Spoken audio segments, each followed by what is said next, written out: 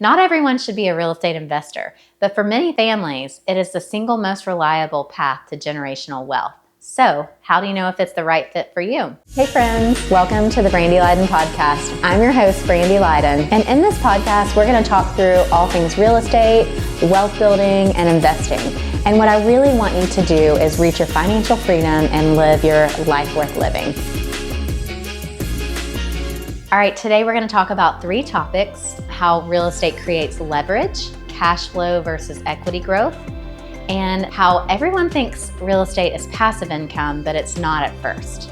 So let's dive into the first topic today: real estate creating leverage. So if you think about, you have this certain chunk of money and you're wanting to invest in real estate, okay?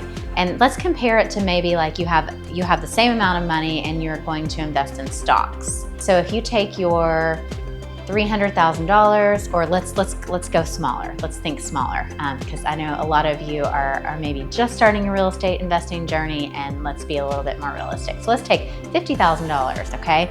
$50,000 that we're going to invest in real estate. So let's say that you are going to buy your first rental property, all right? So 20% down on $200,000, that's $40,000, and you've got a little bit of money for rehab. So your $50,000 is going into this property, and you're buying it for $200,000. You are putting rehab money into it, and let's say on average it grows 5% a year. Okay, so over time you're building, what is this? Equity. Okay, so real estate creates leverage for you. So while the money is sitting in this property, it's growing, you're building equity. You have a renter in there, someone else is paying your mortgage payment. Okay, so you're starting to hopefully cash flow. And so when we talk about like real estate being true leverage, if we stick our $50,000 into the stock market, bonds, whatever mutual fund that you want to do, that's a set amount and it's into the market. Okay, without getting it out, without touching it, it's hopefully going to grow. And on average, for a 10-year, 20-year period, it's going to grow whatever the going percentage is, right? Now, can you take it out? Well, not without being penalized, yes. And then are you getting equity? Is it creating any kind of leverage for you?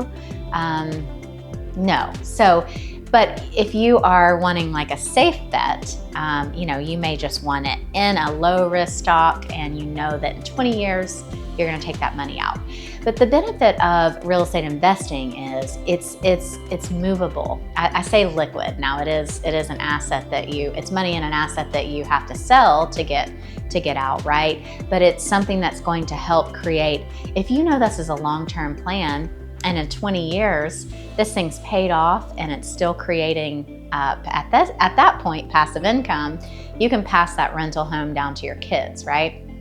So this is kind of what we were talking about, leverage, and how investing in real estate can really create that. Okay, so let's talk about the second topic: cash flow versus equity growth. You take that same $50,000, buy a property, put a renter in it. Not every property is going to cash flow maybe what you have in your mind, okay? And every investor is different. So, one investor may say, I need to at least cash flow, I need to at least break even, and I'm good with the equity that this property is gaining. Another investor may say, in my situation, I need to cash flow at least $200 a month, okay? And so you have your down payment, your rehab cost, all the things. You've got your renter in there, and your mortgage payment is, let's say, $1,200, and your rent pays $1,600. Okay, after expenses, are you good? Is that going to cash flow you $200 a month? Potentially. And so that may be the situation for you. You may say $200 is the cash flow. You're going to have some cash flow, but then you also have to think, in addition to whatever you're going to cash flow a month, you also have that long-term equity growth.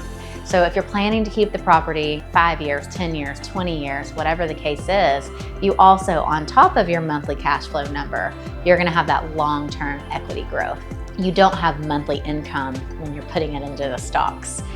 You have a long-term growth, and if you leave it in long enough to go through the dips and the different market shifts, then you will get to that point in 20 years, okay? The third thing we're going to talk about is everyone thinks of passive income. True passive income is something you're not working for. You're making that money in your sleep. First investing property, you're probably not going to be true passive income, because what are you having to do? You're probably having to self-manage. So you're having to put work into it to manage it yourself.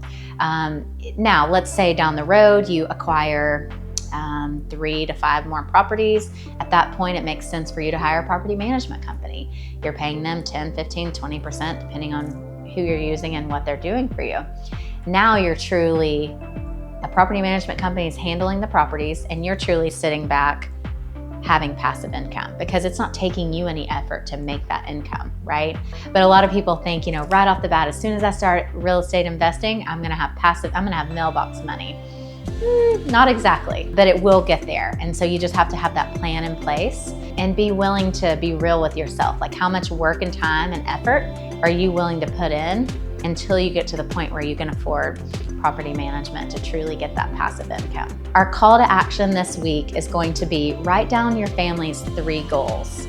Think about 3 different wealth goals you have for your family. Now, this could be really small. This could be save up for a vacation. This could be big. We can think really big. I have 2 kids. I want to buy 2 rental houses by the time my kids are 10. So it can be long-term goals, short-term goals, but 3 wealth goals for your family. Drop some comments down below how this is going, what your wealth goals were as a family, and would love to connect. Thanks so much for spending time with me today. If you want to know more about investing, wealth building, or real estate in general, head on over to brandyleiden.com and you can book a consult with me today. Don't forget to like and subscribe if you want to hear more episodes like this one. See you next time.